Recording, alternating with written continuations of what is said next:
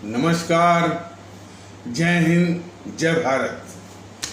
भारतीय अवाम ताकत दल अपने भारतीय भाई बहनों अर्थात अपने देश भारत की जनता अर्थात अपनी भारतीय अवाम से भारतीयता आधारित आपसी श्रद्धा, भारतीयता आधारित आपसी स्नेह, भारतीयता आधारित आपसी प्रेम, भारतीयता आधारित आपसी अखलाक मोहब्बत, भारतीयता आधारित आपसी सहयोग, भारतीयता आधारित आपसी सम्मान, भारतीयता आधारित आपसी एकता, भारतीयता आधारित आपसी भाईचारा तथा भारतीयता आधारित आपसी सद्भाव को समझने व उसे आत्मसात करके वैसा ही और उसी अनुसार आचरण एवं व्यवहार करने हेतु और इसके समस्त भारत में प्रचार प्रसार करने हेतु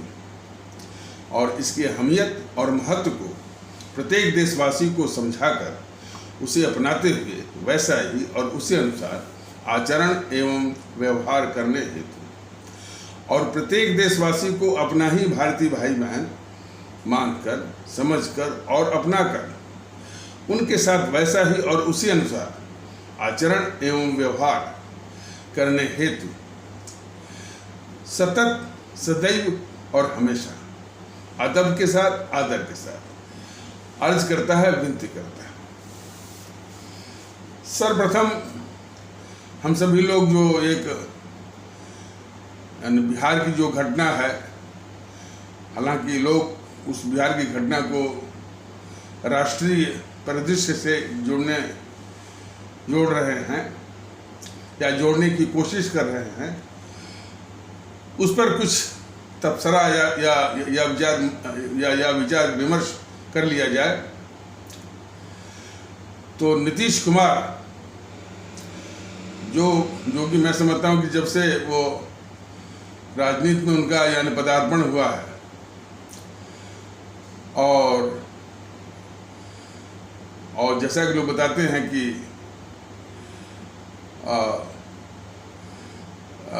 वो केंद्र में मंत्री बनने के पहले या इसके पहले जो है उन्होंने लालू प्रसाद यादव का, माने वो 90 के दशक की बात हो रही है, 90 के दशक में लालू प्रसाद यादव का साथ इसलिए लालू प्रसाद यादव का साथ छोड़कर समता पार्टी वो समता पार्टी जिसके की शायद अध्यक्ष थे वो जॉर्ज फर्नांडिस साहब थे, तो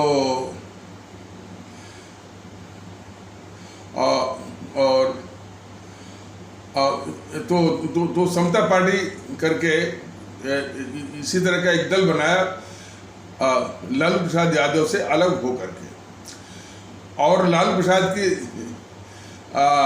नीतियों के और उनके कारगुजारियों से तंग आकर के और बराबर उनको बोलते थे कि ये जंगल राज चलाते हैं लालू प्रसाद यादव जंगल राज चलाते हैं बिहार में, और ये सत्य भी है। तो इन्हीं बातों का हवाला दे करके वो लालू प्रसाद से अलग होकर एक समता पार्टी वो बनाए थे और जॉर्ज फर्नांडिस की अध्यक्षता में। और फिर इसके बाद समता पार्टी वो हो गया, जनता दल यू हो गया और फिर एनडीए जो बना और खास करके अटल बिहारी वाजपेयी की सरकार हुई तो ये रेल मंत्री भी बने थे। और इसके बाद जब एनडीए सत्ता से बाहर हुई 2004 में, तब भी कई इनके जो बोलते हैं कि पॉलिटिकल फ्लिप फ्लॉप वो देखने को मिले और बीच में जब ये मुख्यमंत्री बने तो हालांकि शायद इनकी जो सहयोगी थे भारतीय जनता पार्टी वाले, वो पूरी तरह से तैयार नहीं थे, लेकिन फिर भी ये मान करके भाई नीतीश कुमार का साथ रहा है और अटल बिहारी वाजपेयी उनको महत्व देते रहे हैं। तो कुल मिलाकर के बिहार की जो है भारतीय जनता पार्टी उनको नेता मानती रही, लेकिन इनका जो राजनीतिक चरित्र रहा है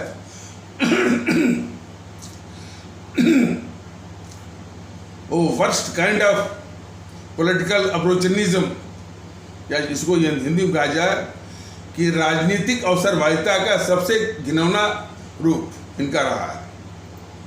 कभी 2013 में मोदी विरोध में वो एनडीए छोड़ दिया, और फिर उसी लालू प्रसाद यादव का दामन पकड़ा और जिसको ये पानी पी करके कोसते थे और उसके जंगल राज की आलोचना करते थे। और आते आते 2015 में जो है उसी लालू प्रसाद यादव की जो आरजेडी थी उसके साथ मिलकर के चुनाव लड़ा, सरकार बनाई, और फिर एक भ्रष्टाचार के अब सवाल इस बात का है कि जब 2015 में या 90 के दशक में लालू प्रसाद यादव को छोड़ करके आपने जो है वो समता पार्टी या समता दल आपने बनाया, और लालू प्रसाद यादव की कारगुजारियों का जब खुलासा करते थे तो ये पता नहीं था कि लालू प्रसाद यादव या उनका जो कुनबा जो तेजस्वी यादव वो कितने भ्रष्ट हैं। ये आपने जानते हुए राजनीतिक अवसरवादिता का इस नीतीश कुमार ने सबसे घिनौना हथकंडा अपनाया कि उसी लालू प्रसाद यादव से मिल करके 2015 में चुनाव लड़ा और सरकार बनाई। अब फिर जो है वो राजनीतिक अवसरवादिता का फिर उसने हथकंडा अपनाया कि ये भ्रष्टाचार पर आरोप लगे हैं वो तेजस्वी यादव पर, और ये कोई संतोषजनक वो जवाब नहीं दे पा रहे। फिर राजनीतिक अवसरवादिता का परिचय राजनीतिक अवसरवादिता के चरित्र को अपनाते हुए ये फिर एनडीए के साथ हो गए, और बीजेपी वाले इनको अपनाते ही क्यों हैं? सवाल इस बात का है कि जो इतना घटिया किस्म का राजनीतिक अवसरवादी है उसको भारतीय जनता पार्टी वाले क्या इनको जानते नहीं हैं कि ये घटिया किस्म का राजनीतिक अवसरवादी है? फिर भी बीजेपी वाले भी राजनीतिक अवसरवादी हैं कि ऐसे इसे घटिया अवसरवादी को साथ में मिलाते हैं, और 2020 का जो वो मतलब कि हाँ 2017 में इसको मिलाते हैं, 2020 का चुनाव भी लड़ते हैं, और 2019 का संसदीय चुनाव भी लड़ते हैं। तो राजनीतिक अवसरवादिता भारतीय जनता पार्टी की भी कम नहीं है, जो ऐसे घटिया राजनीतिक अवसरवादी को प्रसिद्ध देती है और उसको साथ में रखती है। और फिर आज उसने जो है एक उसी तरह से एक घटिया किस्म का राजनीतिक अवसरवादिता को दिखाया है, और एनडीए का साथ छोड़ करके फिर जिसको जो है जंगल राज का सबसे जंगल राज चलाने का सबसे बड़ा अपराधी मानता था ये नीतीश कुमार, फिर उसी के शरण में चला गया। और लेकिन ये प्रश्न छोटा सा है,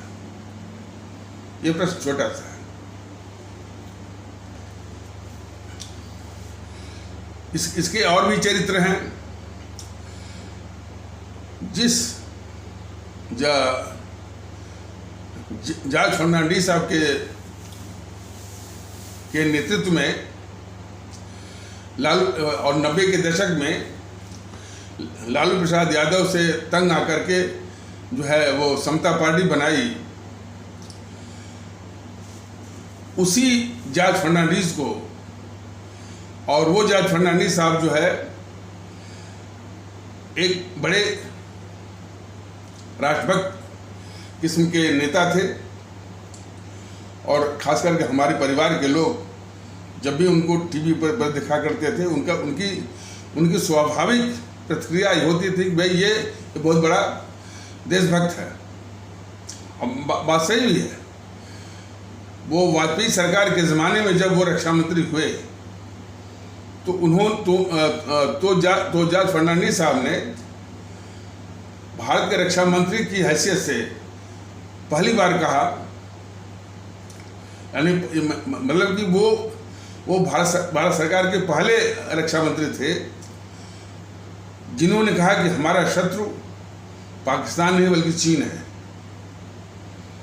और हमारे सभी भारतीय भाई बहनों को यह भी जानना आवश्यक है कि जब भारत सरकार के रक्षा मंत्री के रूप में वो पहले रक्षा मंत्री थे जिन्होंने इस तरह का सरेआम जो है वक्तव्य दिया कि भारत का दुश्मन पाकिस्तान नहीं बल्कि चीन है। ये जीएनपीसी वाले, गांधी नेहरू परिवार चंडाल चौकड़ी कॉकस वाले, या जिसको आप लोग कांग्रेस कहते हैं, ये उनके बहुत पीछे पड़ गए। और उनके पीछे पड़े माने इन जीएनपीसी वालों का जॉर्ज फर्नांडीज रक्षा मंत्री भारत सरकार के पीछे पड़ने का कारण एक ही हो सकता है। ये जीएनपीसी वाले, इनकी भक्ति हमेशा कभी भी भारत के प्रति, उनकी भक्ति हमेशा भारत के प्रति रही नहीं है, हमेशा चीन के प्रति रही है। तो वो भी साबित करता है कि ये जीएनपीसी और कांग्रेस वाले कितने देश के गद्दार हैं कि जब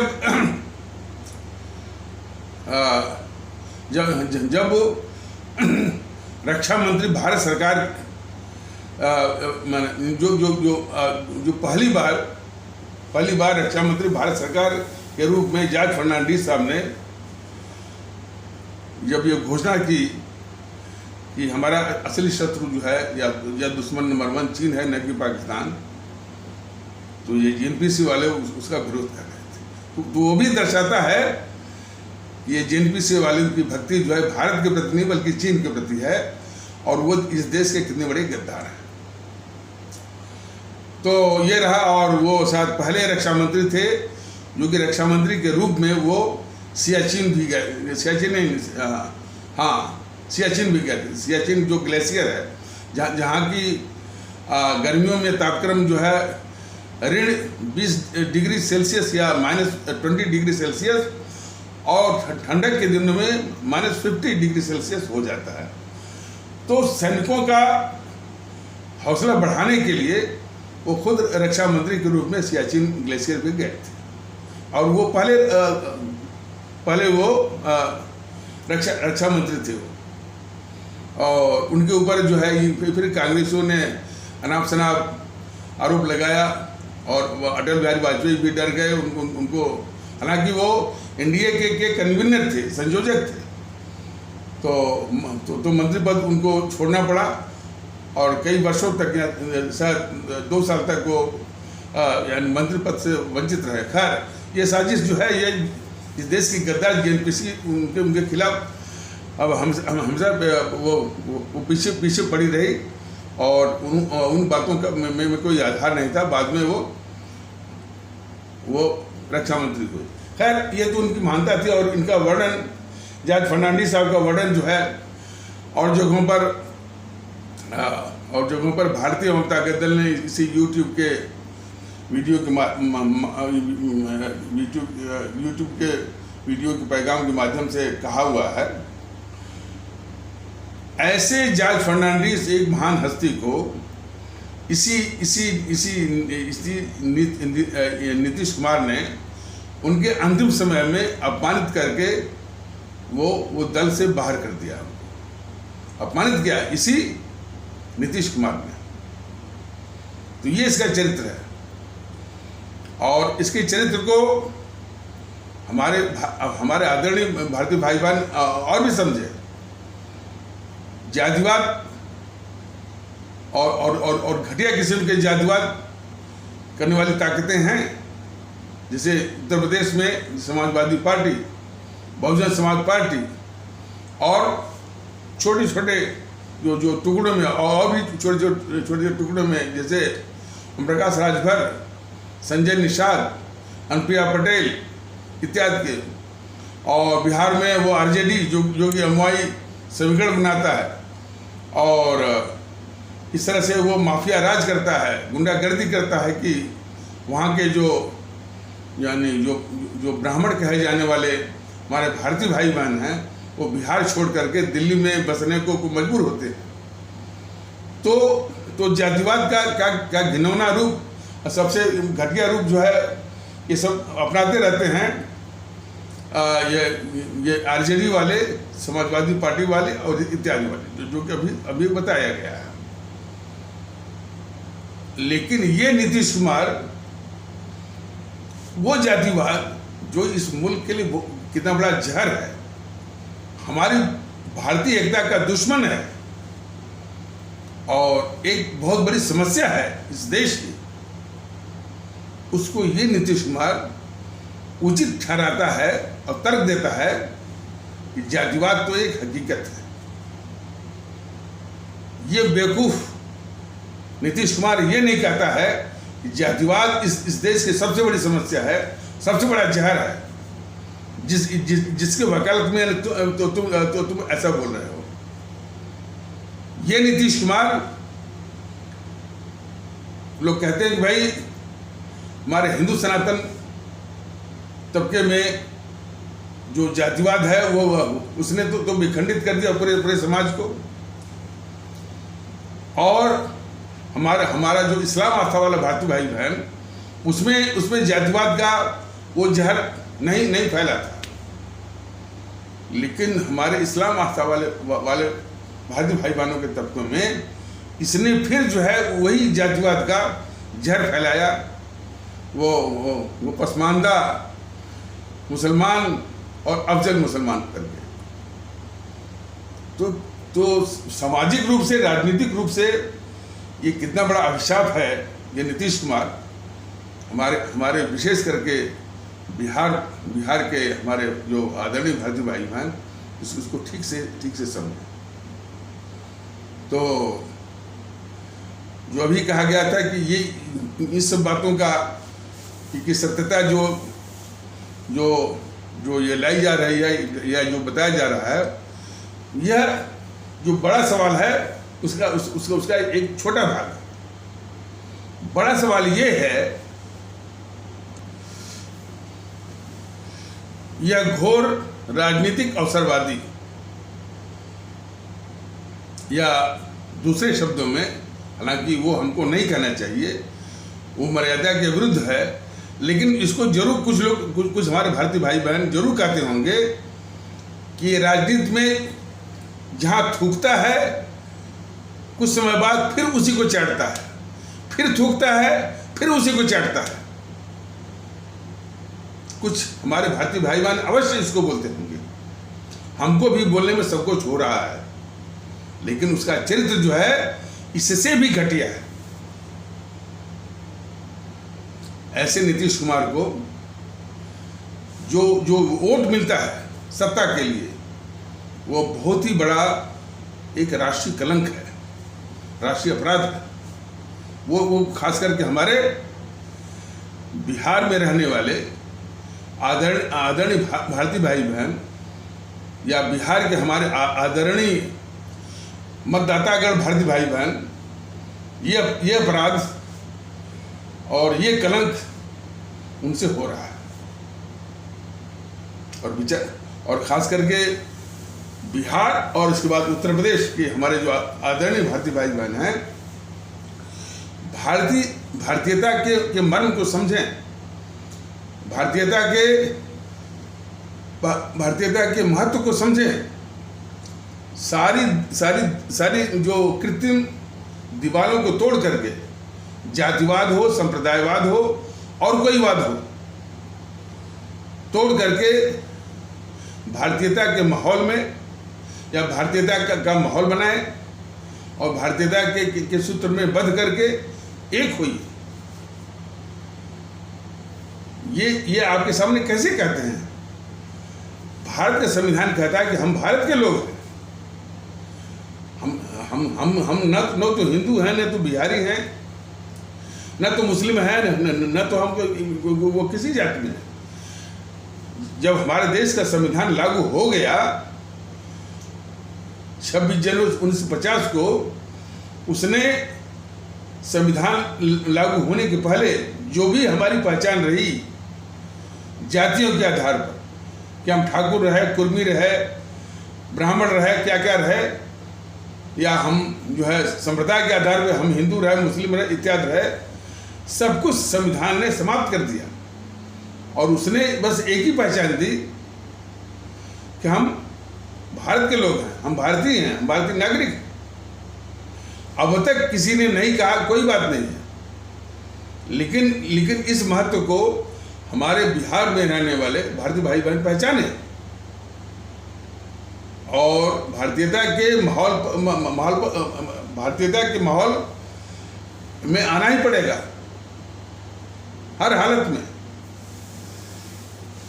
और खास करके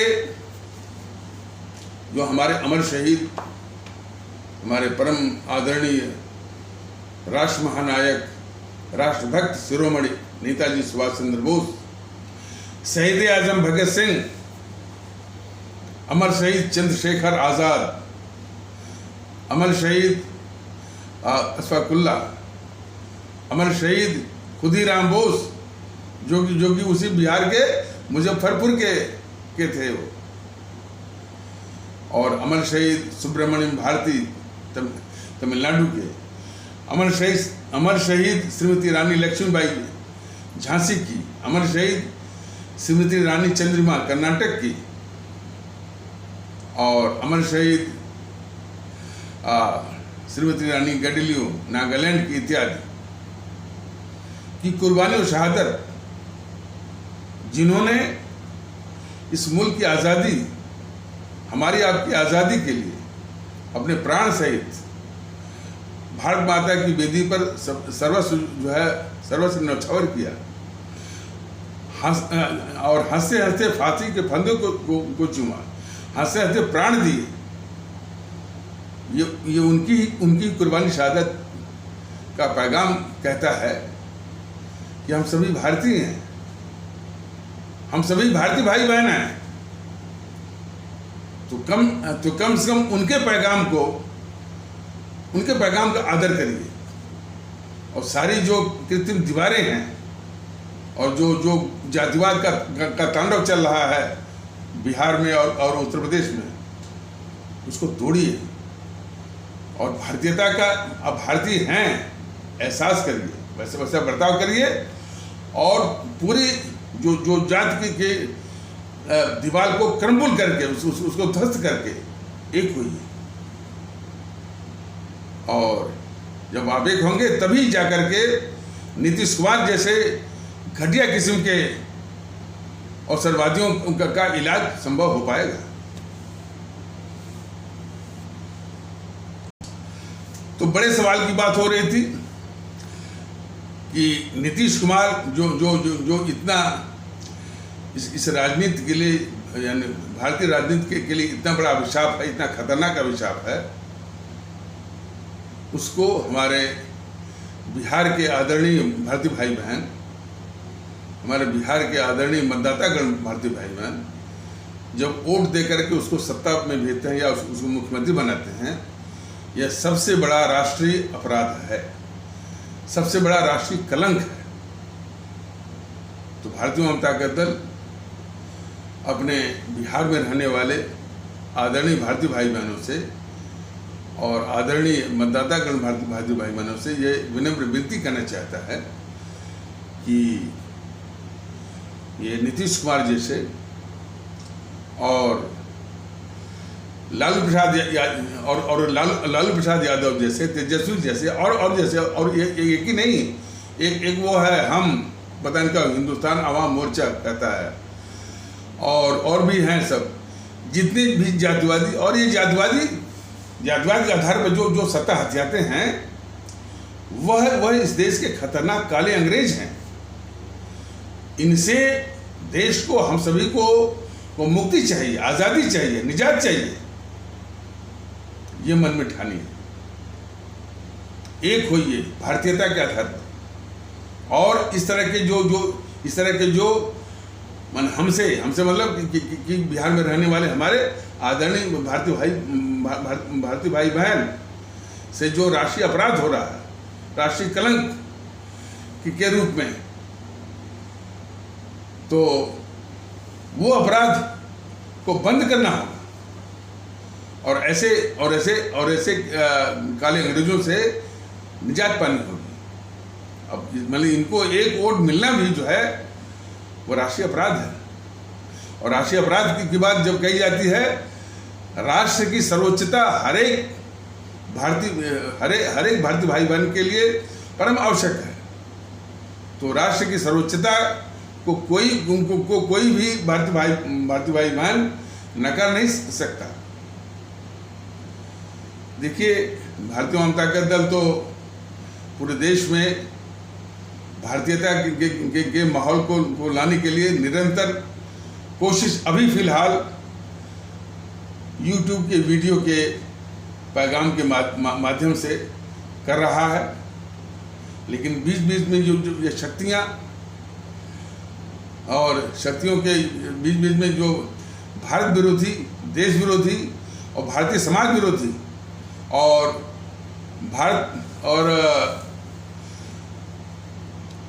भारतीय समाज को जातिवाद, संप्रदायवाद या सांप्रदायिकता, भाषावाद, प्रांतवाद, क्षेत्रवाद, समूहवाद इत्यादि खतरनाक हथियारों से जो ये विखंडित करने वाली ताकतें हैं,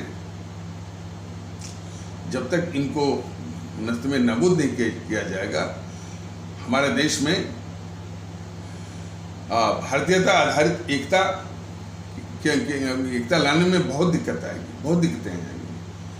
तो इन विखंडनकारी ताकतें जो कि राजनीतिक दलों के वेश में है,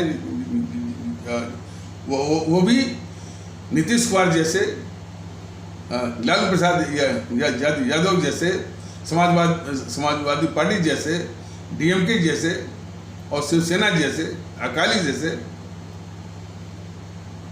तो इन स्थितियों में भारतीय एकता स्थापित करने में बहुत दिक्कत आएगी। तो इनको हर हालत में समाप्त करना ही होगा।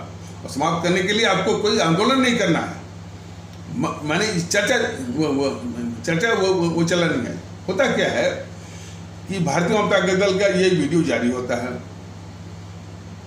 काफ़ी लोग इसको देखते भी हैं। कुछ लोग का उद्गार ये होता है कि भाई जो भारतीय जनता दल और मैं जो जिस तरह का प्रयास कर रहे हैं, यह देश में पहली बार अद्वितीय है। ये भी सही है, लेकिन जो लोग तारीफ करते हैं हमारे या इसकी, तो उनके उद्गार पर, उनकी भावनाओं पर हमारी कोई टिप्पणी नहीं है। हम तो ऐसी भावनाओं का आदर करते हैं, लेकिन सिर्फ इसी से बात नहीं बनने वाली है। मेरा जो कहना है, मेरा या भारतीय जनता दल का ये कहना है कि सिर्फ इसी से बात नहीं बनने वाली है। अब तक भारतीय जनता दल ने या मैंने जो है 1000 से ऊपर शायद वीडियो जो है मैंने YouTube पर वीडियो जारी कर दिए हैं। ये सारे वीडियो को जो है उठा करके हर एक भारतीय भाई बहन के पास, भारत में जन के पास जो है पहुंचाने और पहुंचवाने का जिम्मेदारी उठाइए। वो जो भी उसकी वो टेक्नोलॉजी है कि मैंने शेयर करना, सब्सक्राइब करना, बेल आइकन की घंटी दबाना, जो भी उसकी टेक्नोलॉजी है, उसका तो जब तक इसका प्रचार नहीं होगा पूरा, और जन जन में इसकी चर्चा नहीं होगी, जन जन में इसके महत्व की चर्चा नहीं होगी, क्योंकि वक्त और ज़माना ओट का है। तो मैंने इक्का दुक्का तारीफ से बात नहीं बनेगी। जन जन में इसकी चर्चा और इसके महत्व की चर्चा कि देश में हर हालत में भारतीयता का माहौल लाना आवश्यक है। और इस संबंध में ये भी बताना जरूरी है कि हमारे इसी भारतीय समाज के कुछ तबकों में इसकी जागरूकता आ भी रही है, और कुछ ऐसे तबके हैं जो कि अपने बौद्धिक वर्ग कहते हैं, उनमें सिर्फ वही बौद्धिक कुंठा के चलते जो जागरूकता आनी चाहिए वो नहीं आ पा रही है। कुछ जो खबरें मिली हैं और बहुत ही सुखद हैं, और यह हमारे शेष भारतीय भाई बहनों के लिए वो एक प्रोत्साहन का और एक उत्साह बढ़ाने वाला एक कार्य के रूप में उसको लिए जाने की आवश्यकता है। खबर ये मिली है कि बिहार में जो वैशाली या हाजीपुर जो जिला है, उसमें कोई पत्रकार गया था और हमारे जो उपेक्षित भारतीय भाई बहन हैं, जिनको कि ये सब बोलते रहते हैं कि हरिजन, चमार, शेड्यूल कास्ट इत्यादि बोलते रहते हैं ना, जो अपमानजनक शब्दों से, तो उसी प्रकार उसने इस्तेमाल किया, उस पत्रकार ने हमारे उस तबके को, जिस तबके को हमारे उपेक्षित भारतीय भाई बहन को। देखिए, उपेक्षित जो शब्द लगाया गया इसलिए कि अभी भी जो एक परंपरा अभी भी चली है हमारे उन भारतीय भाई बहनों को उपेक्षित या उनको उपेक्षा करने की।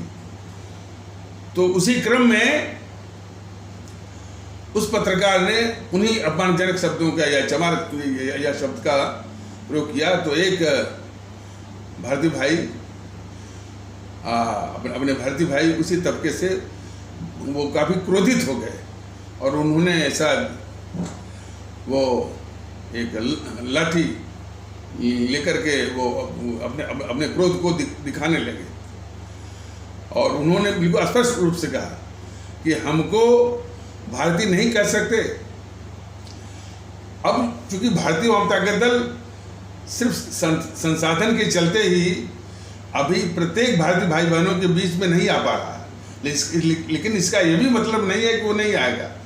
संसाधन को इकट्ठा करना भी एक बहुत बड़ी जिम्मेदारी है, और संसाधन जो दौर चल रहा है, जो समय चल रहा है, ऐसे संगठन को योगदान देने में भी जो वातावरण है वो आगे नहीं आता है। ये भी सत्य है। ये वातावरण जो जीएनपीसी जो कि इस देश की कितनी खतरनाक दुश्मन और देशद्रोही है, उसको मिलता है योगदान। बीजेपी कितना खतरनाक खेल रही है, इन सारे देश के दुश्मनों को पालते हुए, उनकी रक्षा करते हुए, उनके पापों को धुलते हुए, और इस प्रकार देश की गद्दारी करते हुए उसको मिलता है। और इतना ही नहीं, वो जो आम आदमी पार्टी जो कितनी बड़ी गद्दार है इस देश की, उसको मिलता है योगदान। तो ये विडंबना है। लेकिन भारतीय वामता का दल और यही नहीं, हमारे परम आदरणीय राष्ट्र महानायक, राष्ट्रभक्त शिरोमणि नेताजी सुभाष चंद्र बोस को की भी सहायता के लिए कौन लोग आए। ये सबसे बड़ी नसीहत है इस मुल्क के लिए। चिंता और जो आत्मबंधन करने का विषय है कि हमारे सुभाष चंद्र बोस जब वो आज़ाद हिंद फौज का निर्माण कर रहे थे, कौन लोग आए, कौन व्यापारी आया उनकी सहायता के लिए। इसीलिए तो भारतीय वामता का दल बार बार कहता है कि कम से कम यदि यदि सुभाष चंद्र बोस की जीवनी उनकी और उनकी जीवन वृत्त, उनके जीवन के विषय में पूरे देश को बताया जाता तो देशभक्ति तो आती ही, साथ में जिस व्यापारी ने उनको आर्थिक मदद की और किन तरीकों से की, वो मेमन अब्दुल हबीब यूसुफ मरफानी ने अपने व्यापार को नष्ट करके की थी। तो हमारे पूरे देश में एकता का माहौल आता, आपसी भाईचारा का माहौल आता। यही तो दुष्टता है, राष्ट्रीय दुष्टता है ये जेएनपीसी वालों की कि हमारे नेताजी की गाथा को, उनके जीवन मृत्यु को, उनके राजभक्ति के जितने भी उनके माने उनका जो जीवन रहा राजभक्ति का, उसको इन सबों ने हमेशा पृष्ठभूमि में रखा, जेएनपीसी वालों ने। और वही सिलसिला ये बीजेपी वालों का। तो कहने का मतलब है कि जो योगदान का भी मसला जो है, उसी जो अपना सामाजिक जो कमजोरी है कि देश विरोधी ताकतों को योगदान मिल रहा है, देने वाले कौन है ये भी स्पष्ट है। तो बात चली है योगदान की, तो योगदान को भी इकट्ठा किया जा रहा है, ऐसी बात नहीं है। ये भी बहुत बड़ी माने डोनेशन की जो बात है या आर्थिक सहायता की जो बात है, और इसके लिए भारतीय जनता दल कभी भी कहेगा नहीं। यह तो एक राष्ट्रीय जिम्मेदारी है, राष्ट्रीय कर्तव्य है, और मैं नहीं समझता कि भारतीयता से बढ़ करके कोई इससे भी बढ़ करके कोई राष्ट्रीय कर्तव्य है। तो अब कोई शायद कोई मेमन अब्दुल हबीब यूसुफ मरफानी जैसा कोई देशभक्त आकर के भारतीय जनता दल को भी आर्थिक रूप से उबारे, इसकी भी संभावना हो सकती है। तो वो तो सुभाष चंद्र बोस जी के लिए ये खड़े हो गए।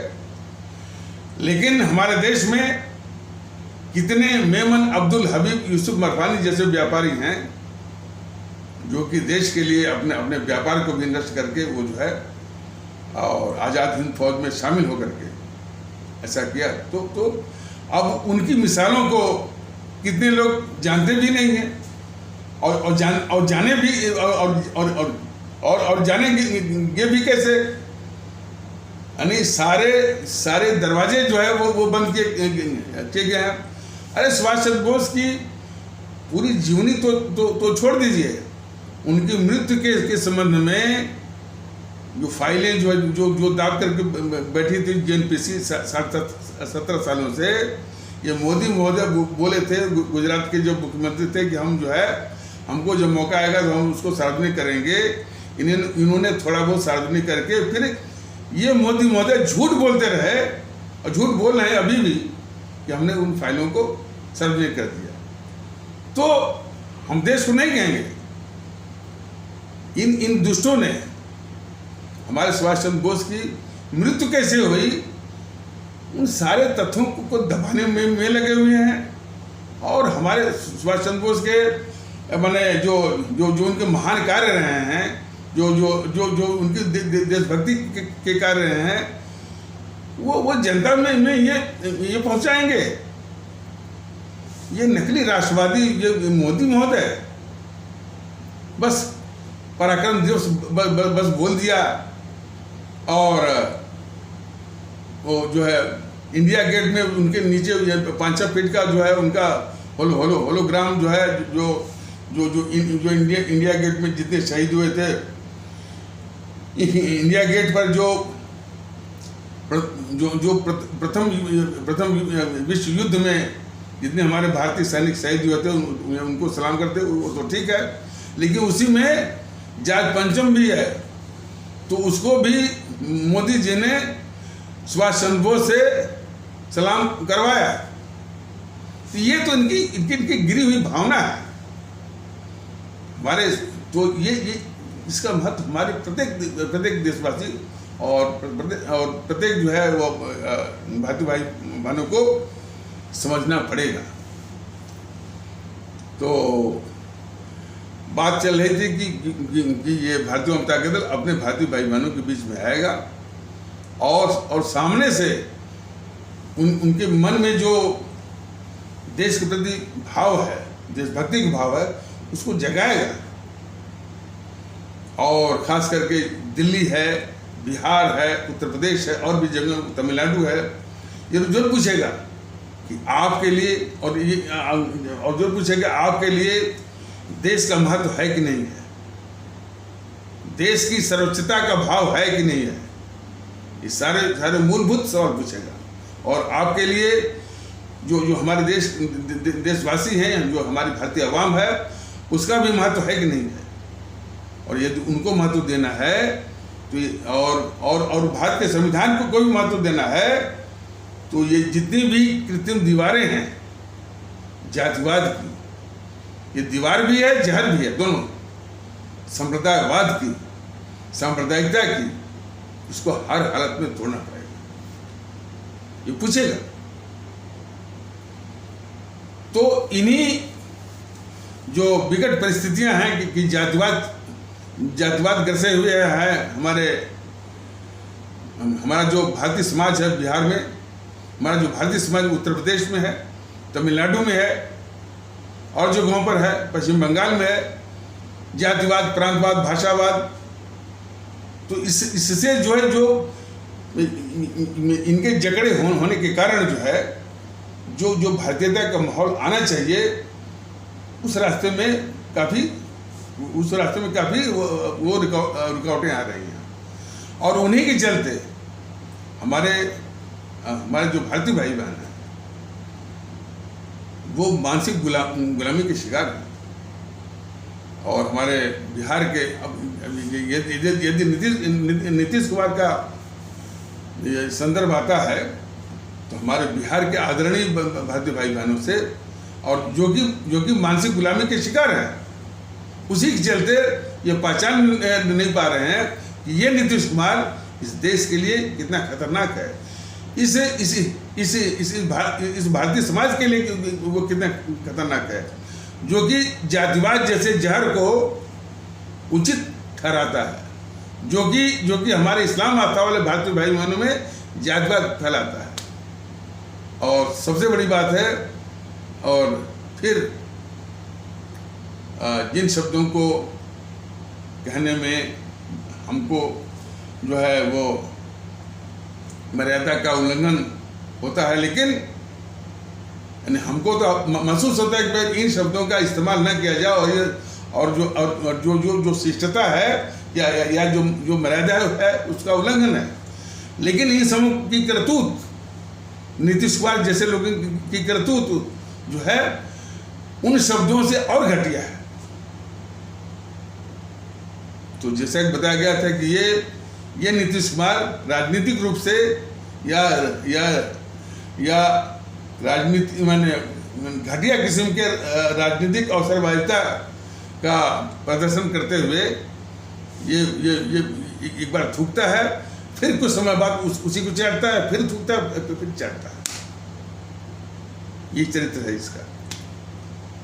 लेकिन सवाल आकर के यहाँ टिकता है कि हमारे आदरणीय भारतीय भाई बहन वो बिहार के इसको वोट क्यों करते हैं?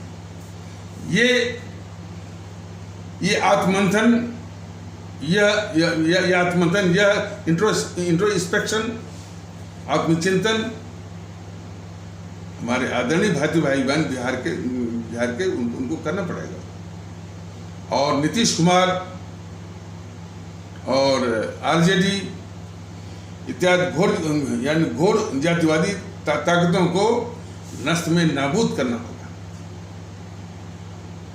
और हम नहीं कहते हैं कि बीजेपी जातिवादी नहीं, वो भी बहुत महीन किस्म की जातिवादी, उसको भी नष्ट में नाबूद करना है।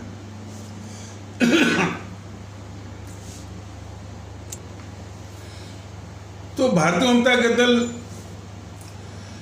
जो बाधा है भारतीयता के माहौल को लाने में यानी हमारे भारतीय समाज का काफ़ी तबका इसको देख रहा है, प्रभावित हो रहा है।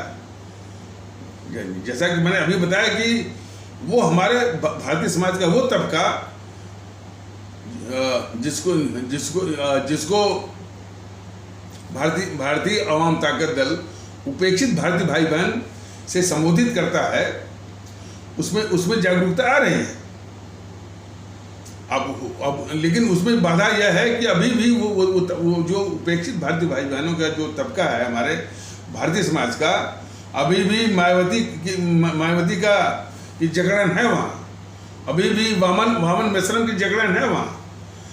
लेकिन भारतीय आवाम ताकत दल को पूरी उम्मीद है कि जब भारतीय आवाम ताकत दल अपने संगठन और कार्यकर्ताओं के साथ जाएगा और उस अपनापन को, यानी भारतीयता के अपनापन को, अपने कि हमारे अपने ही ये भारतीय भाई बहन है, उस भाव से जाएगा, तो वो जो मायावती की जो जकड़न है, जो मायावती का जो दुष्प्रभाव है, वामन मिश्रम का भी जो दुष्प्रभाव है, वो सब जो है वो हट जाएगा, ये विश्वास है।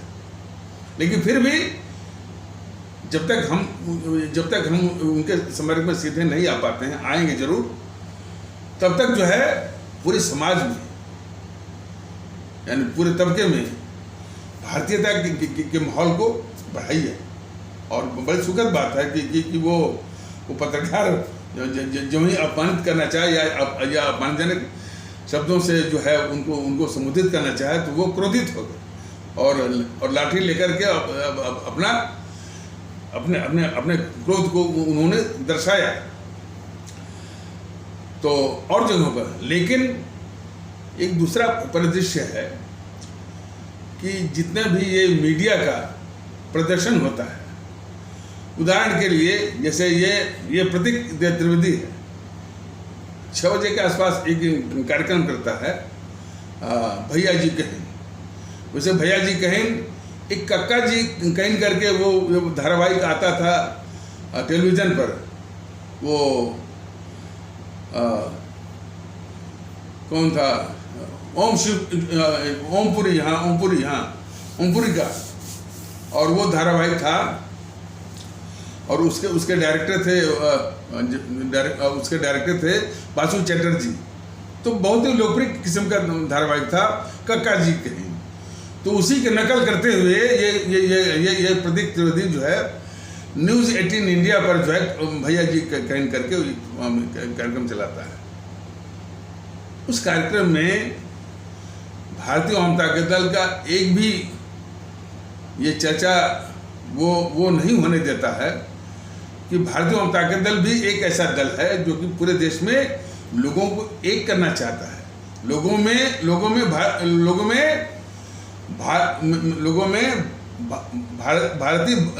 भारतीय भाईचारा लाना चाहता है, जो कि इस देश के लिए कितनी जरूरी और कीमती है ये सभी को मालूम है। जो हमारा ये भारतीय समाज है या जो इंडियन बॉडी पॉलिटिक है, कितनी बिखराव से इनका शिकार है, ये कितने बिखराव से जूझ रहा है। उसमें भारतीयता आधारित एकता, भारतीयता आधारित आपसी भाईचारा, भारतीयता आधारित आपसी सद्भाव, ये कितने बेशकीमती माने तत्व हैं और पहलू हैं। इसकी बात करने वाला भारतीय आवाम ताकत दल की एक भी चर्चा नहीं होने देता है इस देश का गद्दार पत्रकार प्रतीक त्रिवेदी। गद्दार उसको क्यों बोला गया कि जो देश के लिए इतने मार्मिक पहलू हैं, पता नहीं क्या आजमाइशा जो है वो करवाता है अपने उस कार्यक्रम में भैया जी कहीं में। और कल मैं देख रहा था तो कोई कह रहा था कि राजनीति का क्या स्वरूप है। अरे वो नहीं कहता भाई कि राजनीति है, वो जो नीतीश कुमार करता है, ऐसा है कि एक प्रचलन चला है कि जितनी घटिया किस्म की स्वार्थ नीति होती है और भी बुराइयों वाली नीति है, अपराध नीति है, भ्रष्टाचार नीति है और अवसरवादिता की नीति है, इन समूह ने उसको बदनामी के नाम के से बाहर करने के लिए एक शब्द चिपका दिया है, राजनीति। जैसे आप किसी से बात कर रहे हैं, वो घटिया किस्म का वो जो है वो स्वार्थवाद चलाएगा, या जो है या स्वार्थ भरा हरकत करेगा, तो फट से लोग बोल देते हैं कि ये राजनीति है। तो घटिया किस्म के स्वार्थवादी हरकत को जो ये प्रचलन चला है कि उसको राजनीति का नाम दे देते हैं। भारतीय जनता दल तो बता रहा है कि और भी जो खतरनाक किस्म की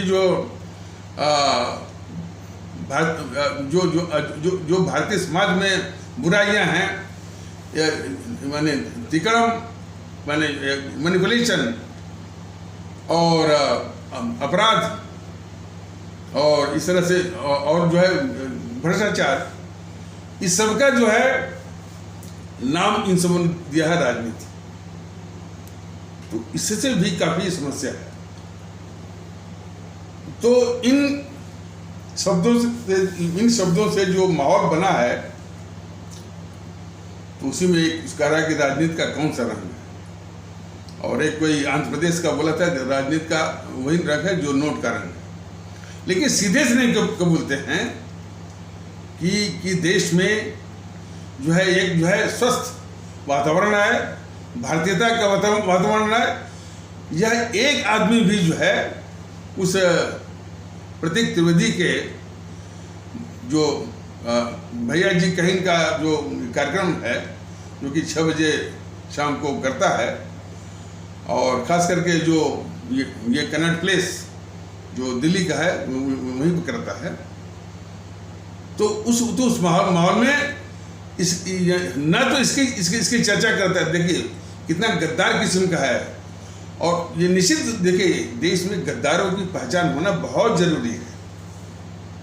भारतीय जनता दल अपने सभी आदरणीय भारतीय भाई बहनों से कहना चाहता है, देश में गद्दारों की पहचान होना बहुत जरूरी है। ये प्रतीक त्रिवेदी जरा भी इसकी चर्चा नहीं चलाता है कि देश में भारतीयता आधारित एकता की कितनी सख्त जरूरत है। प्रतीक त्रिवेदी यानी इसकी चर्चा नहीं चलाता है कि देश में जो नफरत जो चल रही है आपस में, और किन रूपों में खास करके वो हिंदू मुस्लिम को लेकर के, उसके निवारण के लिए देश में एकता, भाईचारा, सद्भाव, आपसी विश्वास और आपसी अखलाक मोहब्बत, आपसी प्रेम, आपसी श्रद्धा की कितनी सख्त जरूरत है। एक शब्द भी नहीं बोलता है ये गद्दार प्रतीक त्रिवेदी।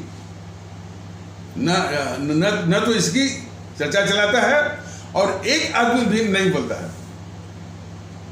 और इसलिए इसकी भी चर्चा को वो दबा के रखा है कि भारतीय जनता दल एक ऐसा दल है जो कि सिर्फ इसी की बात करता है।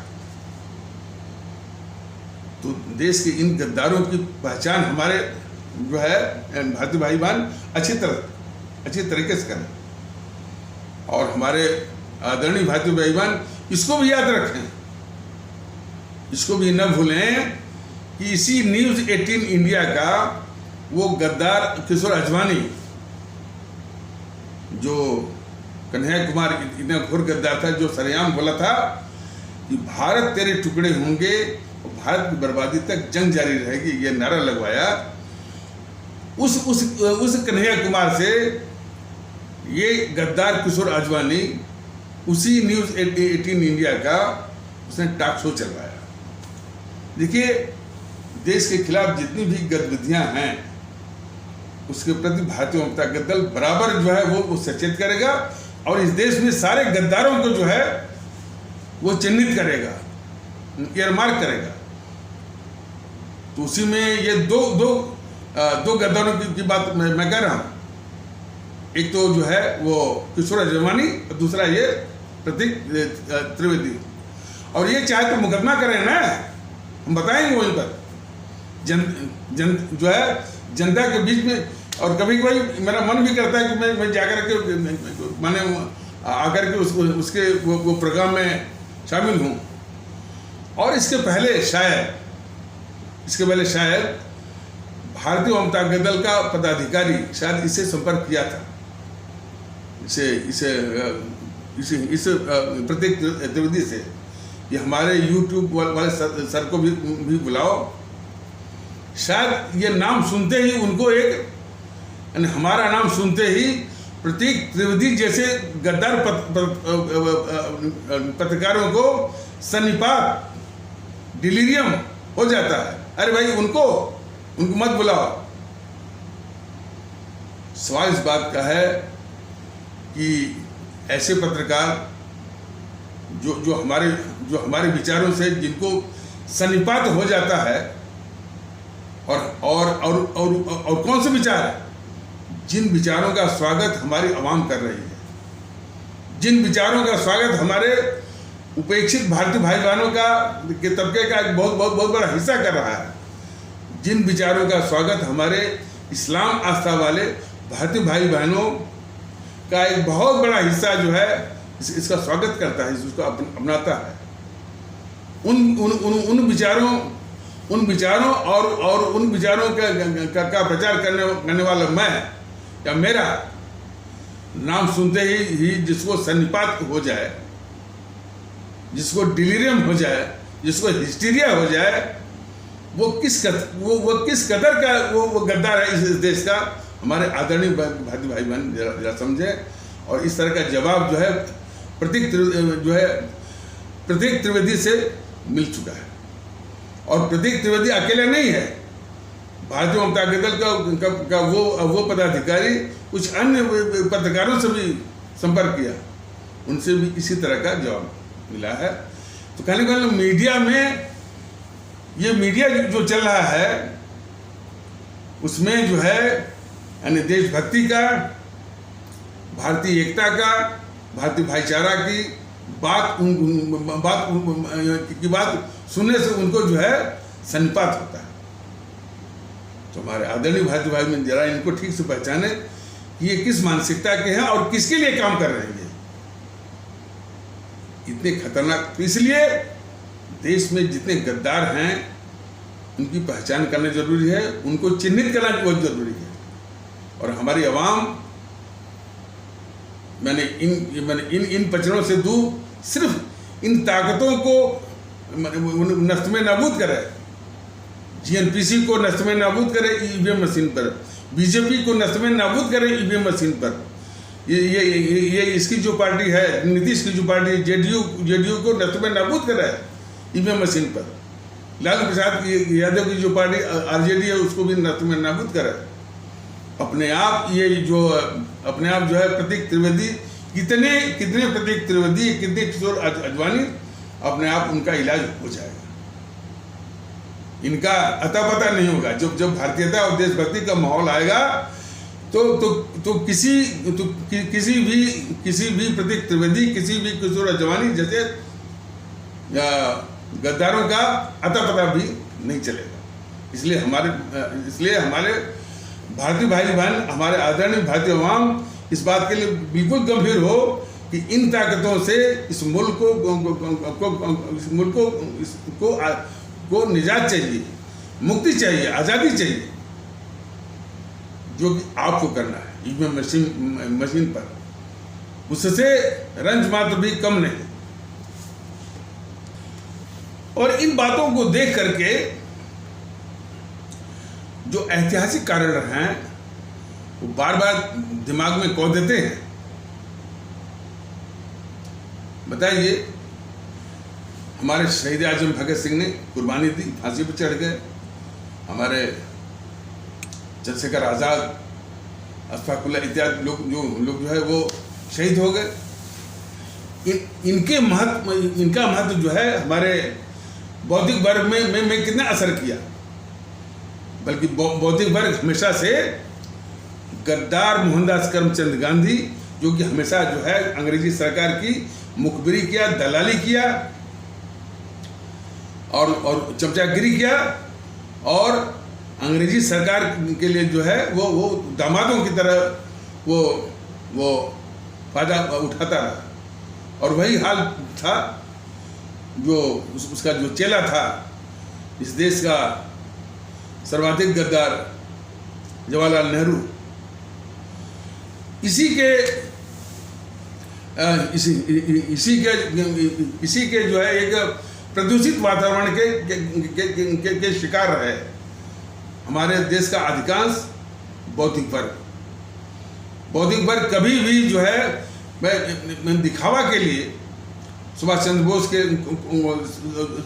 बोस के प्रति, चाहे हमारे वो शहीद आजम भगत सिंह के प्रति, अशफाक उल्लाह के प्रति, और कितने का तो नाम भी नहीं। हालत तो ये थी ना कि शाहीन बाग में जब हम गए थे तो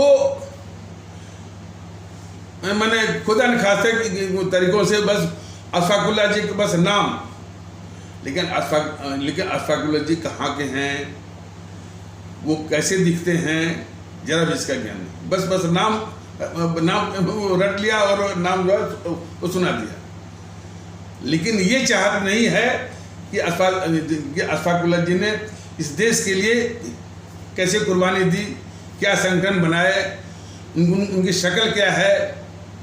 तो वो शाहीन बाग में राम प्रसाद बिस्मिल का फोटो लगा करके कह रहे कि ये जो है अशफाक उल्लाह है। ये क्या दिखाता है? जहां पर ये दोनों गद्दारों को, मोहनदास करमचंद गांधी और गद्दार जवाहरलाल नेहरू के फोटो हर जगह मिलती है, हर स्कूल में मिलती है, हर किताब में मिलती है। वहीं पर हमारे देश के लोग अमर शहीद अशफाक उल्लाह कौन है, उनकी फोटो क्या है, उनकी पहचान क्या है, यानी वो तक न जाने की कोशिश करते हैं और न जानते हैं, और जो है किसी और की फोटो को समझ बैठते हैं कि यही जो है वो अशफाक उल्लाह है। इस कदर उपेक्षा जो है जानबूझ करके षड्यंत्र करके इस तरह की उपेक्षा का सुनियोजित ढंग से चल रहा है। तो किस तरह का षड्यंत्र चल रहा है, ये सारे और वो षड्यंत्र जो है हमारे उन अमर शहीदों उन अमर शहीदों की जो उनके योगदान थे और राष्ट्रभक्ति के जो उनके कारनामे थे, उनको पीछे रखने के लिए, उनको दबाने के लिए, सिर्फ इन गद्दारों का। जवाहरलाल नेहरू के विषय में जब भारतीय जनता दल कहता है कि जवाहरलाल नेहरू क्या कि बस पहचान इसी से हमारे सभी आदरणीय भारतीय भाई बहन कर लें कि यह भारत विरोधी अंतर्राष्ट्रीय साम्राज्यवादी ताकतों का बहुत ही खतरनाक भारत विरोधी एजेंट था। मैं फिर से कह दे रहा हूँ, जरा ठीक से हमारे सभी आदरणीय भारतीय भाई बहन समझें। ये नेहरू जो गद्दार नेहरू था, यह भारत विरोधी अंतर्राष्ट्रीय साम्राज्यवादी ताकतों का बहुत ही खतरनाक भारत विरोधी एजेंट था, और भारत का वो ऐतिहासिक सर्वाधिक गद्दार और घातक दुश्मन था। ये चरित्र है उसका। और गांधी ने इतना बड़ा अभिशाप नेहरू, इतने बड़े गद्दार नेहरू को देश के ऊपर थोपा, जिसके समर्थन में देश कोई नहीं था, एक भी कांग्रेसी नहीं था, देश के लोग नहीं थे। इतनी बड़ी गद्दारी किया इसने, मोहनदास करमचंद गांधी ने उस गद्दार को देश के ऊपर थोप करके देश को बंटवाया, 25 से 30 लाख लोगों को मरवाया, 3 करोड़ से ऊपर हमारे भारतीय भाई बहनों को जो है वो घर उजड़वाए। पाकिस्तान बना, और पाकिस्तान जो बना कोई अलग से पड़ोसी के रूप में रहने के लिए नहीं, भारत का हर वक्त जो है खून बहाने के लिए, टू ब्लीड इंडिया, वो भी भारत विरोधी साम्राज्यवादी ताकतों की गोद में बैठ करके। इसलिए ये पाकिस्तान बनवाया इसने, इसे गद्दार मोहनदास करमचंद गांधी ने। और उसी पाकिस्तान से आज जो है मैंने उसी पाकिस्तान से बांग्लादेश निकला। और बांग्लादेश से जब वो माने जब वहाँ अत्याचार हुआ तो वहाँ से जो भारतीय भाई बहन भाग के आए तो उनको जो है बांग्लादेशी घुसपैठ का नाम दिया गया।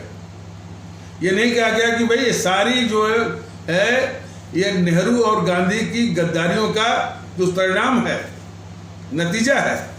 लेकिन ये बीजेपी वाले कभी भी उस गद्दार मोहनदास करमचंद गांधी को गद्दार और गद्दार जवाहरलाल नेहरू को गद्दार नहीं मानते।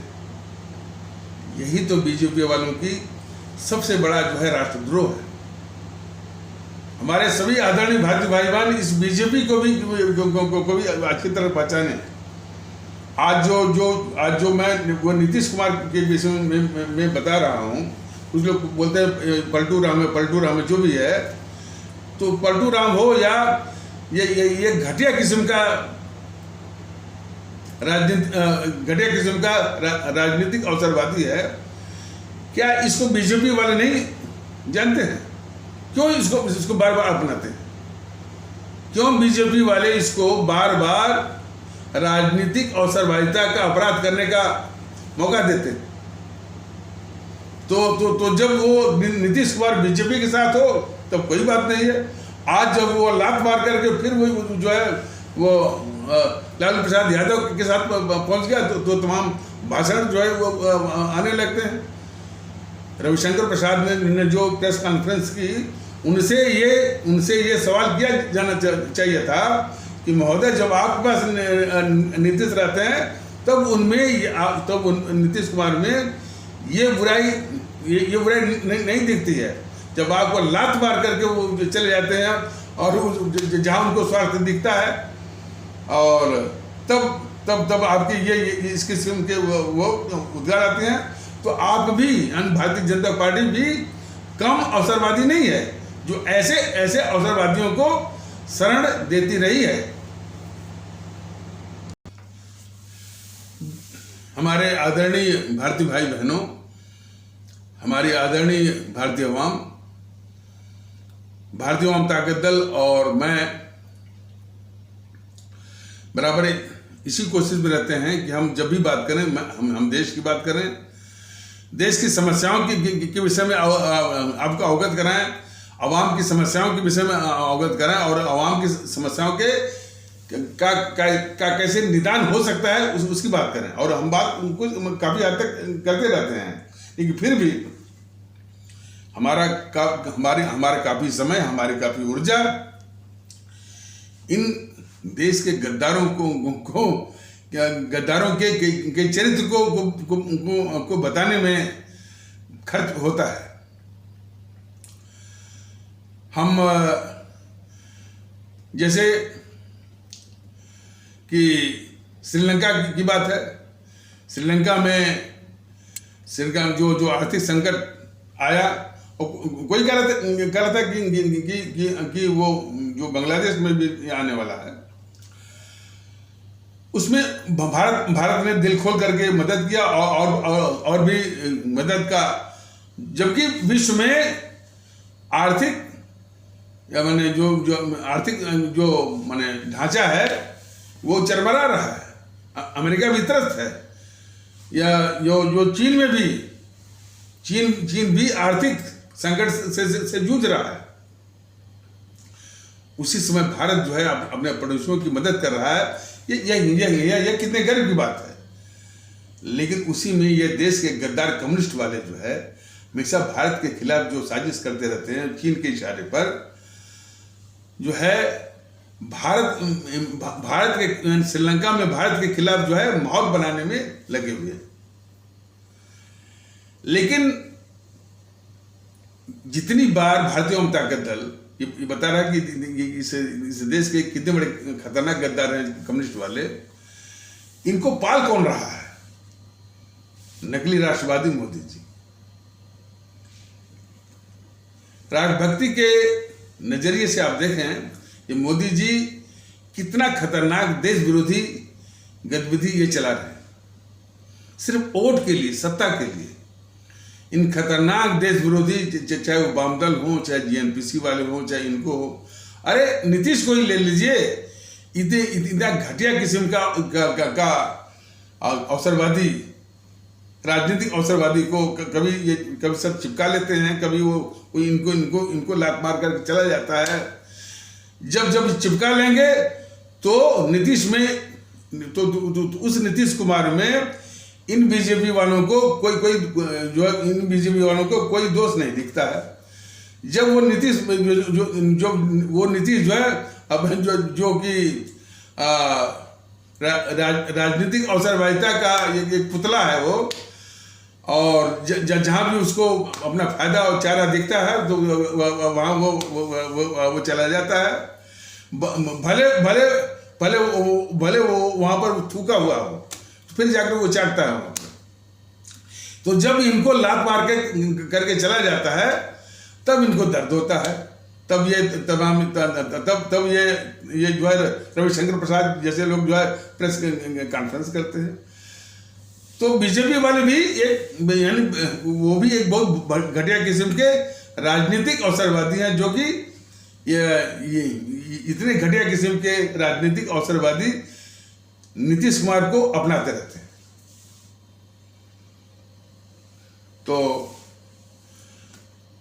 तो उसी प्रकार जो है जो ये वामदल वाले इस देश के कितने खतरनाक, हम सब देश के खिलाफ चीन के पक्ष में माहौल बनाते हैं, इसी देश में रहते हुए, इसी देश की सुविधाओं का लाभ उठाते हुए, इसी देश का खाते हुए, या शुद्ध शब्दों में इसी देश की थाली में छेद करते हैं। लेकिन यदि इतनी बात की जाए तो हमारे मुल्क के साथ नाइंसाफी, इसको पाल कौन रहा है? मोदी जी। जीएनपीसी इतनी खतरनाक है, उसको पाल कौन रहा है? मोदी जी। नीतीश को चिपकाता कौन है? मोदी जी और बीजेपी। और ममता बनर्जी इतनी खतरनाक, जिसको कि अब तक मोदी जी ने उसकी सरकार को बर्खास्त नहीं किया, सब कुछ सह लिया, अपने ही कार्यकर्ताओं को पिटवा भी दिया। पश्चिम बंगाल में मोदी और बीजेपी वालों ने अपने कार्यकर्ताओं को इस हिंसक और माफिया ममता बनर्जी और उसके जो हिंसक किस्म के सिवा सालार थे, कार्यकर्ता थे, उसी से भारतीय जनता पार्टी के कार्यकर्ताओं को मोदी जी ने ममता बनर्जी के थ्रू पिटवा दिया, अपने कार्यकर्ता। और वो वहाँ का पश्चिम बंगाल में जो भारतीय जनता पार्टी की इकाई के लोग हैं, वो बहुत ही डिमोरलाइज्ड हैं, मतलब कि बहुत ही वो हीन भावना से ग्रसित हैं। यही कारण है। लेकिन सब कुछ करेंगे मोदी जी, लेकिन इस सरकार को जो है, यहाँ तक कि यानी जो राज्यपाल जो है वो राष्ट्रपति का प्रतिनिधि होता है। राज्यपाल जो है माने जो ऑर्डर ऑफ प्रेसिडेंस या जो ऑर्डर ऑफ प्रोटोकॉल, माने वरीयता किसकी आती है? वरीयता से मतलब है हमारे देश में पहली वरीयता है राष्ट्रपति को, दूसरी वरीयता है उपराष्ट्रपति को, और तीसरी वरीयता किसकी है? वो तीसरी वरीयता है प्रधानमंत्री को, और चौथी वरीयता है राज्यपाल को, और मुख्यमंत्री की वरीयता जो है वो 7वीं या 8वीं है। तो चौथी वरीयता वाले राज्यपाल को ये बराबर जो है अपमानित करती रही 7वीं और 8वीं वरीयता वाली ये ममता बनर्जी। और ये अपमानित करवाते रहे मोदी जी। ये ममता बनर्जी पिछले साल जो विधानसभा का चुनाव हो कैसे इसने जीता, यह देश ने देखा होगा। सिर्फ हिंसा माफिया के बल पर। वो चुनाव आयोग को छोड़ दीजिए, चुनाव आयोग जो है वो जब वामपंथी भी थे पश्चिम बंगाल, तो चुनाव आयोग का कोई असर दिखा नहीं। और उसी की गतिविधियों पर चलने वाली, वामपंथियों की गतिविधियों पर चलने वाली, माने वही हिंसा और माफिया और गुंडागर्दी आतंक के बूते जो है चुनाव जीतने का के चिन्हों पर जब ये ममता बनर्जी चली, तो मोदी जी ने चल करके जब चुनाव जीता पिछले साल, तो सबसे पहले बधाई जो है वो मोदी जी ने दिया। तो सवाल है कि देश के खिलाफ कौन कौन लोग हैं, इनकी पहचान करना बहुत जरूरी है। और सारा इलाज इसी में है, हमारे आदरणीय भारतीय भाई बहनों, कि इन ताकतों को ईवीएम मशीन पर भारतीयता के आधार पर एक होकर के नस्ल में नाबूद करिए। यही एकमात्र रास्ता है इनसे निजात पाने का, दूसरी और वास्तविक आज़ादी लाने का, और हमारे भारतीय भाई बहनों के मानसिक गुलामी के दलदल से बाहर आने का। तो इन्हीं आवश्यक शब्दों के साथ इस आवश्यक पर चर्चा को यहीं पर विराम दिया जाता है। तब तक के लिए नमस्कार। जय हिंद, जय भारत।